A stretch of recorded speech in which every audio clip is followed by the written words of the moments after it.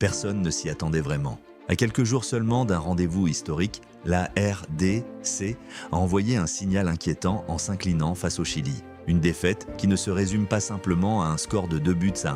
Derrière ce revers se cachent des interrogations profondes, des performances décevantes, des choix tactiques discutables et surtout des réponses que tout un peuple attend. Alors que les Léopards semblaient progresser dans leur préparation, cette rencontre a soudainement remis plusieurs certitudes en question.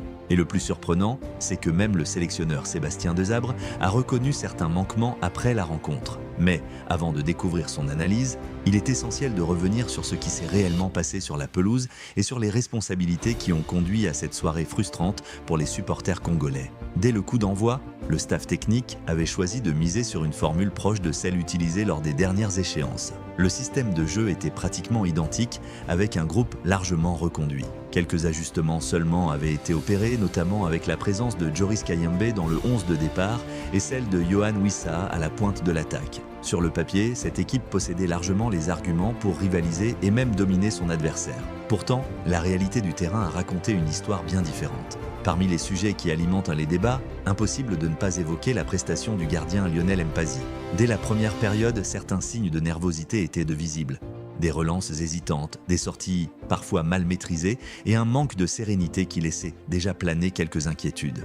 Malheureusement pour les Léopards, ces doutes se sont confirmés au retour des vestiaires. Sur les deux réalisations chiliennes, le portier congolais est apparu en difficulté. Sans chercher à lui attribuer seul la responsabilité de la défaite, il est difficile d'ignorer que ses interventions n'ont pas permis à son équipe de rester dans le match. À ce niveau de compétition, chaque détail compte. Une sélection ambitieuse a besoin d'un gardien capable de réaliser l'arrêt décisif lorsque tout semble perdu.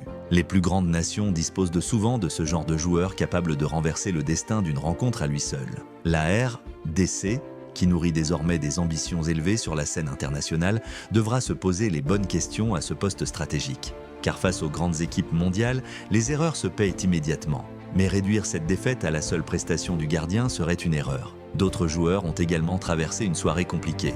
L'entrée de Cédric Bakambu était particulièrement attendue. Son expérience, son leadership et son vécu au plus haut niveau devaient permettre à l'équipe de conserver son équilibre offensif après la sortie de Yohan Wissa. Pourtant, l'attaquant n'a jamais réellement réussi à peser sur les débats. Les appels étaient moins tranchants, l'impact offensif limité et l'efficacité attendue n'étaient tout simplement pas au rendez-vous. Dans un système qui semblait pourtant adapté à ses qualités, il n'a pas réussi à faire la différence.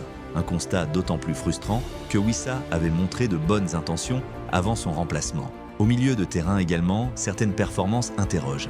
Noah Sadiki, très attendu après ses bonnes prestations en club, a livré une copie plutôt discrète. Son influence sur le jeu est restée limitée et il n'a pas réussi à apporter cette valeur ajoutée que l'on attend d'un joueur de son potentiel. Les comparaisons avec certains anciens cadres du milieu deviennent inévitables tant l'impact espéré tarde encore à se matérialiser sous le maillot national. Sur les ailes, les attentes étaient tout aussi importantes. Nathanaël Mboukou avait l'occasion de démontrer qu'il pouvait devenir un élément incontournable de cette sélection. Pourtant, son match a laissé un goût d'inachevé. Peu de différences créées, peu de situations dangereuses provoquées et une influence globalement insuffisante dans les moments importants. Certains observateurs commencent même à se demander si son profil est réellement adapté aux grandes confrontations internationales. Car lorsque l'opposition monte en intensité, les espaces se réduisent et seuls les joueurs capables d'élever leur niveau répondent de présent.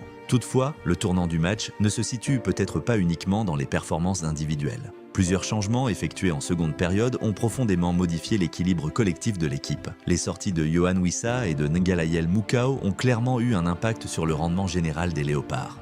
Avant leur remplacement, la RDC affichait davantage de maîtrise et de cohérence dans son organisation. Après leur sortie, le Chili a progressivement pris confiance et gagné du terrain. Les remplaçants n'ont malheureusement pas réussi à maintenir la même intensité ni le même niveau d'influence.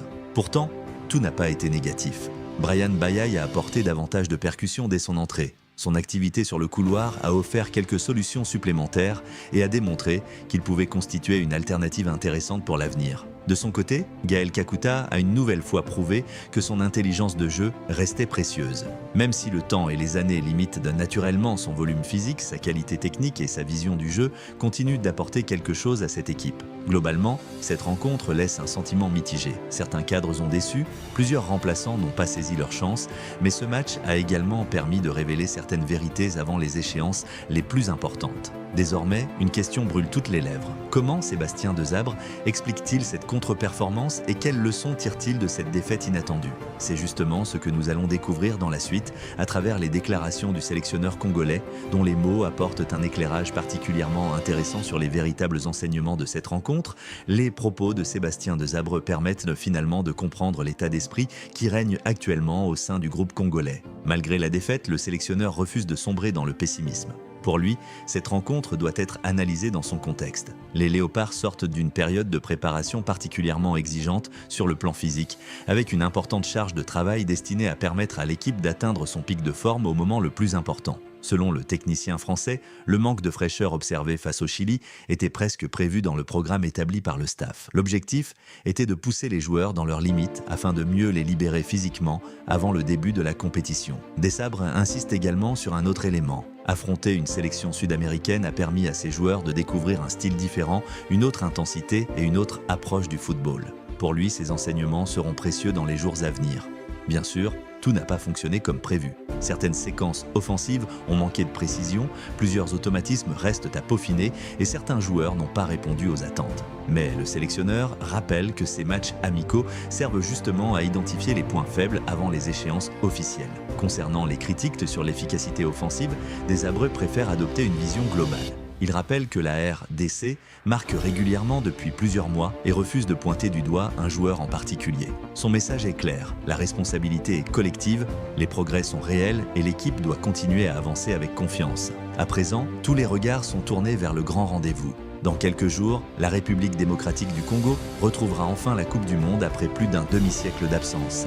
Un moment historique qui dépasse largement le cadre d'un simple match de préparation. Mais avant d'affronter le Portugal, certaines décisions importantes pourraient être prises. Joris Kayembe a incontestablement marqué des points grâce à sa prestation convaincante et pourrait prétendre à un rôle encore plus important dans l'effectif. La question du gardien reste également ouverte après les événements récents. Certains observateurs estiment qu'une nouvelle option pourrait être envisagée afin d'apporter davantage de sérénité à la défense. Sur le plan tactique, plusieurs ajustements sont également envisagés. Une organisation à 3 défenseurs centraux pourrait offrir davantage de solidité face à une équipe portugaise redoutable offensivement. Le défi sera immense, personne ne le conteste. Mais les Léopards possèdent des arguments, du talent et surtout une motivation exceptionnelle. Désormais, le temps des analyses touche à sa fin. Place à l'action, place à la vérité du terrain. Les prochains jours nous diront si cette défaite face au Chili était un simple accident de parcours ou un véritable avertissement avant le plus grand défi de cette génération. Une chose est certaine, tout un peuple sera derrière ces léopards lorsque retentira le coup d'envoi de cette aventure mondiale. Et vous, pensez-vous que la RDC est prête à surprendre le Portugal? Quel serait votre 11 idéal pour ce premier match historique? Dites-le nous en commentaire. Si vous avez apprécié cette analyse, n'oubliez pas de liker la vidéo, de vous abonner et d'activer la cloche pour ne manquer aucune actualité des Léopards. Sur Vision Foot 243, nous continuerons à suivre chaque étape de cette aventure exceptionnelle qui fait vibrer toute la nation congolaise.